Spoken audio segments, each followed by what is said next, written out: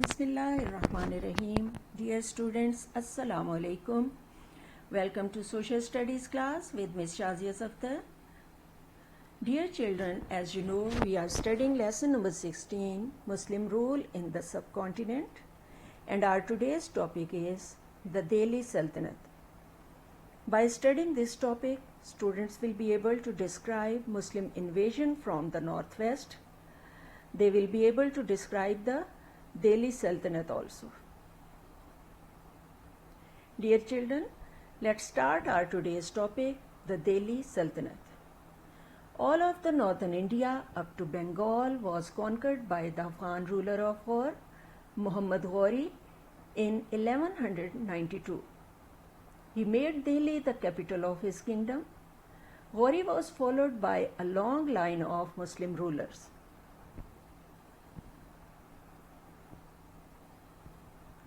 The kings of the Delhi Sultanate. First of these rulers was Muhammad Ghori's general Qutbuddin Aibak, who formed the Delhi Sultanate in 1206. Among its rulers was Iltutmish and his brilliant daughter Razia Sultana. The rule of Balban. The strongest of the Delhi kings was Balban, who ruled from 1246 to 1287. He was also a clever and capable general, and he saved the subcontinent from the attacks of the Mongols, led by the famous Genghis Khan. Balban built strong forts along the routes and stationed his troops there to stop the Mongols from advancing.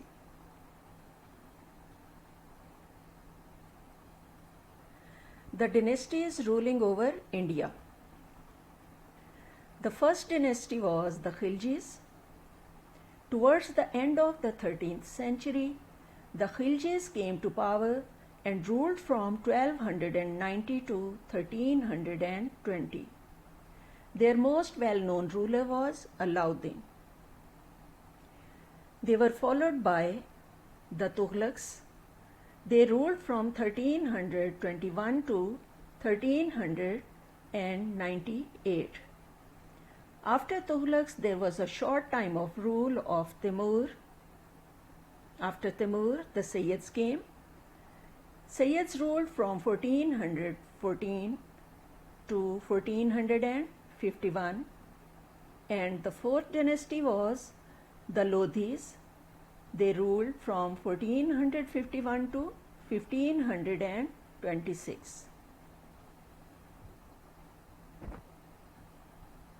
A famous traveler. The famous Arab traveler Ibn Battuta had lived at the court of Muhammad Tughlaq and has left an interesting account of his stay in India. The attack of Timur. In 1398, Delhi was attacked by the armies of Timur, the Mongol warlord. He destroyed Delhi and killed thousands of people. Dear children, let's have a look on the important points. All the northern India up to Bengal was conquered by the Afghan ruler of war, Muhammad Ghori, in 1192. Muhammad Ghori's general Qutbuddin Aibak formed the Delhi Sultanate in 1206. Among its rulers was Iltutmish and his brilliant daughter Razia Sultana.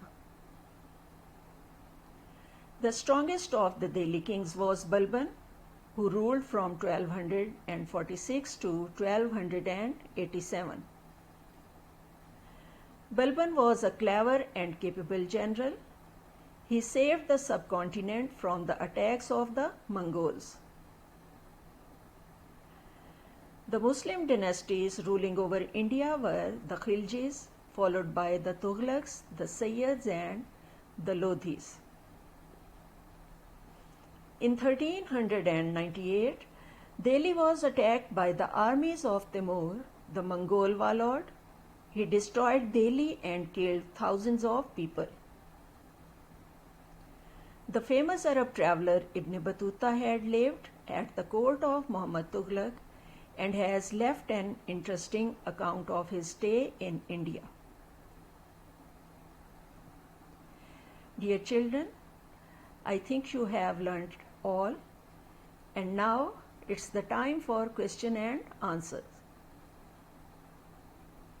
Our first question is question number 3. Describe how the Delhi Sultanate came into being. I repeat the question. Describe how the Delhi Sultanate came into being. I hope children you know the answer. Yes, you are correct. Muhammad Ghori conquered all of North India up to Bengal in 1192.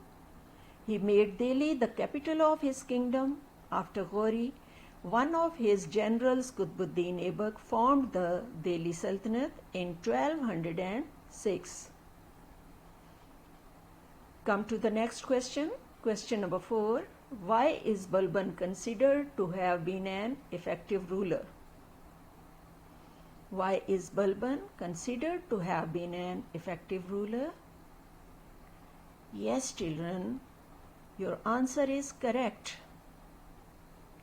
Balban was an effective ruler because he was a capable general who saved the subcontinent from the attacks of the Mongols. He built strong forts along the routes to stop the Mongols from advancing.